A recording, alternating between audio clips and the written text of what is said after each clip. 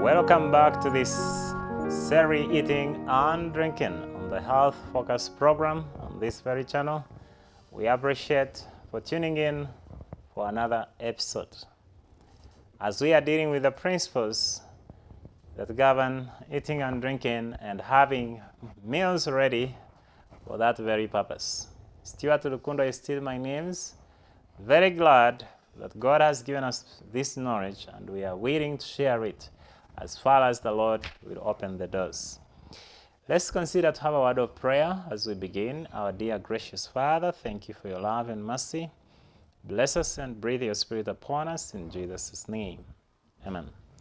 I want to consider principle number 3, that whilst we are being careful to prepare food, we need to present it on the table in a pleasant manner.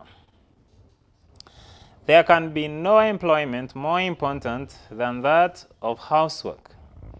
To cook well, to present healthful food upon the table in an inviting manner.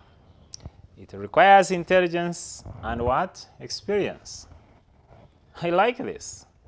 To cook well, to present healthful food,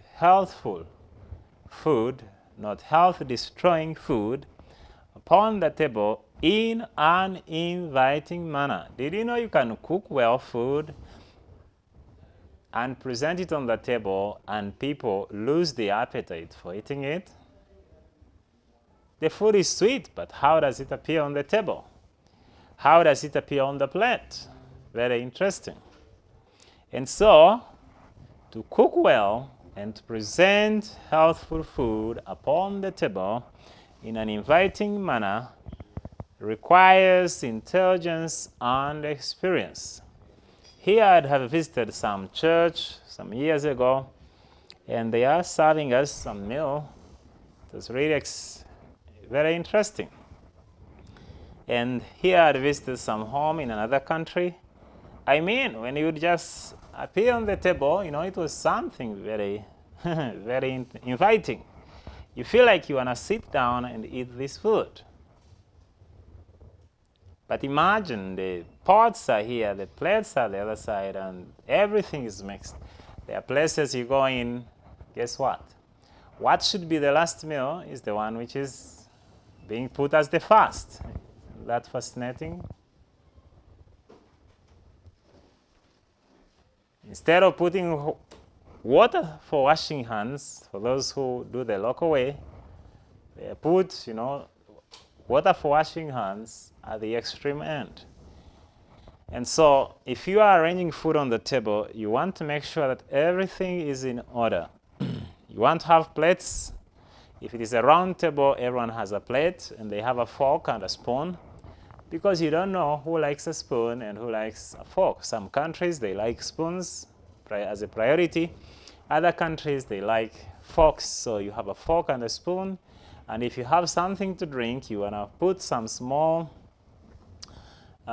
spoon, the teaspoon, for anyone who may need to use it. And so, presenting food on the table is very, very key.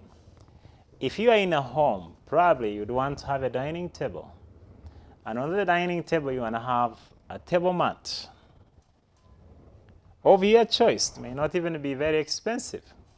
And you may want to have a variety, maybe like 2 or 3. And you may want to have maybe one for a special day, And when the children see, they know, wow, today we are going to eat a nice meal, probably with our dad or our mother. And when we all gather at the round table, and everyone is well served, everything in its own place, surely everyone will be so happy even before they open the dishes. And you want to have some dishes which can keep the food warm. Imagine there is an emergency and someone delays. Will they find the food cold already? Then, are the pots you are serving the food clean, both internally and externally?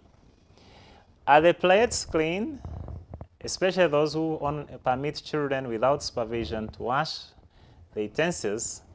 And of course you are training them, and they do their best. But as a parent, before you have that plate on the table, especially mothers, you want to check and see, is this plate really clean? Is it worthy at the end of the day? And is it fit for this occasion? They are common utensils we use in our homes. We don't care. But when a visitor comes, you want something special if you can manage. And some of us, we keep those utensils and we only pick, and we forgot probably it has been a sunny season and they are all covered by dust. And so you want to have it clean, and probably you want to have it rinsed with boiled water before you wipe it. Now there is something that really shocks me. Someone uses a wiper or a towel, plate towels or kitchen towels, from January to December without washing it. And it's the same they are using to wipe the forks, to wipe the... But when you look upon the wiper, it's dirty, it's soft. So you want to present food, and this is what probably Satan does, or the world. They do something, they cook something which is health destroying. But yet, guess what? They present it so nicely. They pack it so nicely. They wrap it so nicely. And when someone is buying, he's only buying a package. And people are eating because, it tastes so sweet. It looks so nice. Imagine you bring food and it is all looking dark, and yet it was not dark in its natural format, but simply because you burnt it. You are making charcoal out of it. Do you think someone would be willing to eat charcoal in the form of food? And so you want to be very conscious on how you present food. And in fact, women who present food well on the table, their husbands, they would never wish to eat from any other home. Check and take note of that. I want to challenge you. Presenting food on the table is very, very important. Someone may wonder, am I going to eat the table mat? No, you're not going to eat it. But you need to know that man is physical, mental, and spiritual. So physically, the food nutrients are going to build the body, but mentally, the eyes are seeing and taking information. This is a dirty plate, very disorganized, dining table. And so you want to remember that appetite begins in the mind. Appetite begins in the mind, and the mind, if it appreciates what it sees, then you're going to have actually good digestion.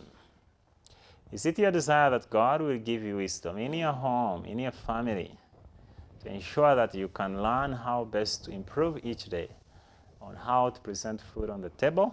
Personally, I want it because it's very important. Even when I'm alone, I put on a table mat. And I want to put my fork here, and my spoon here, or my spoon here, my fork here, and my plate. And then what happens? When I sit down to eat, I want to pray for the food that is before me and thank God for providing for it, and probably praying for those who have nothing to eat. And at the end of the day, I enjoy my meal and I glorify God. And you too, you can. Let's believe and pray. Our gracious Lord, thank you for the privilege and the opportunity given us to share this message. Make it more practical for us. Let your will be done in Jesus' name. Amen. May God bless you.